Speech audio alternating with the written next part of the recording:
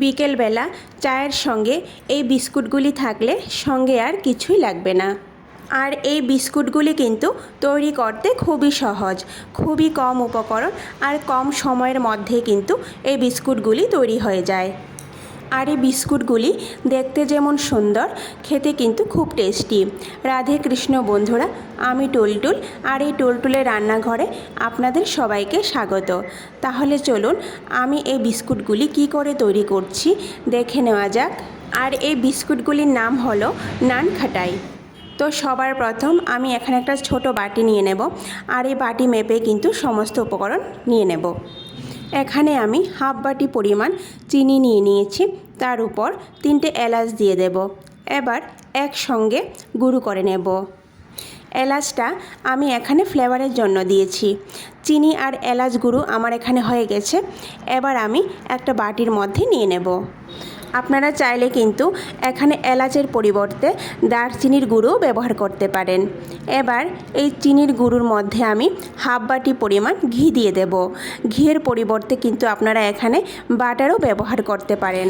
যতটুকু এখানে আমি চিনি নিয়েছি ঠিক ততটুকুই কিন্তু এখানে ঘি দিতে হবে।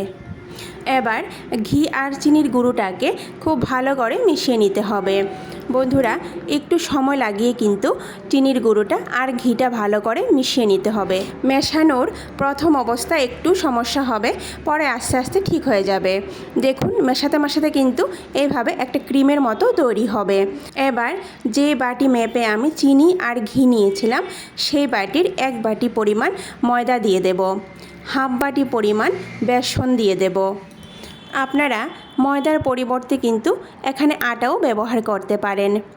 এবার আমি এতে 2 চামচ পরিমাণ সুজি দিয়ে দেব।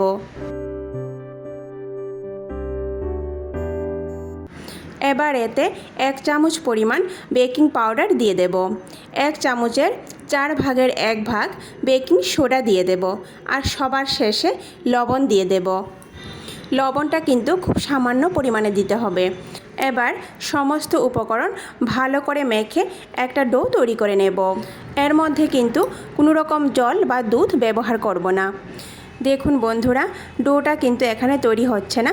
এই অবস্থায় আমি এখানে কোনো রকম জল বা দুধ ব্যবহার করব না।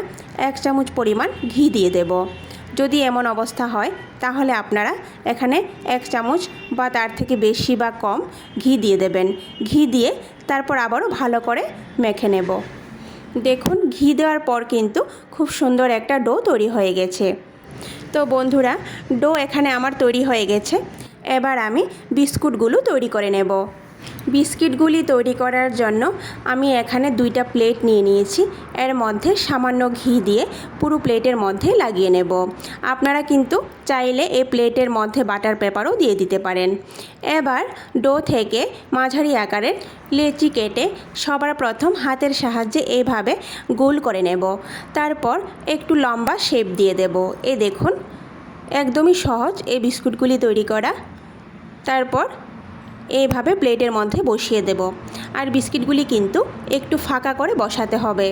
এর উপরে আমি মিষ্টি কুমড়োর বিচি দিয়ে সাজিয়ে দেব। আপনারা কিন্তু মিষ্টি কুমড়োর বিচির বদলে যে কোনো ড্রাই ফ্রুটস দিয়েও সাজিয়ে দিতে পারেন। সবগুলো বিস্কিট আমি এইভাবে তৈরি করে নেব। আমি আগে থেকেই চুলায় একটা প্যান বসিয়ে তার উপরে একটা স্ট্যান্ড বসিয়ে ঢেকে 5 মিনিটের জন্য প্যানটাকে প্রিহিট করে নিয়েছিলাম। এবার চুলার আঁচটা একদম কমিয়ে দেব। চুলার আঁচ কমিয়ে দিয়ে বিস্কিটের প্লেটটা স্ট্যান্ডের উপর রেখে দেব। এবার কম আঁচে 25 মিনিটের জন্য ঢেকে রাখব। আর ঢাকনার ছিদ্রটাকে একটা কাগজ দিয়ে বন্ধ করে দেব। দেখুন ফিরে এসেছি 25 মিনিট পর। বিস্কিটগুলি কিন্তু আমার তৈরি হয়ে গেছে। 25 মিনিটের বেশি কিন্তু লাগবে না বিস্কিটগুলি তৈরি হতে। এবার ঠান্ডা হওয়ার পর আপনাদেরকে বিস্কিটটা উঠিয়ে দেখাচ্ছি।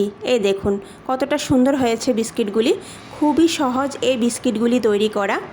তো বন্ধুরা, তৈরি হয়ে গেল আমাদের নান খাটাই বিস্কুট। ভিডিওটি সম্পূর্ণ দেখার অনুরোধ রইল। আর কেমন হয়েছে কমেন্ট করে নিশ্চয় জানাবেন। ভিডিওটি যদি ভালো লেগে থাকে তাহলে সবার শেষে লাইক, শেয়ার আর সাবস্ক্রাইব করে দেবেন। আজকে এই পর্যন্তই। কথা হবে আবারও পরের ভিডিওতে। নমস্কার।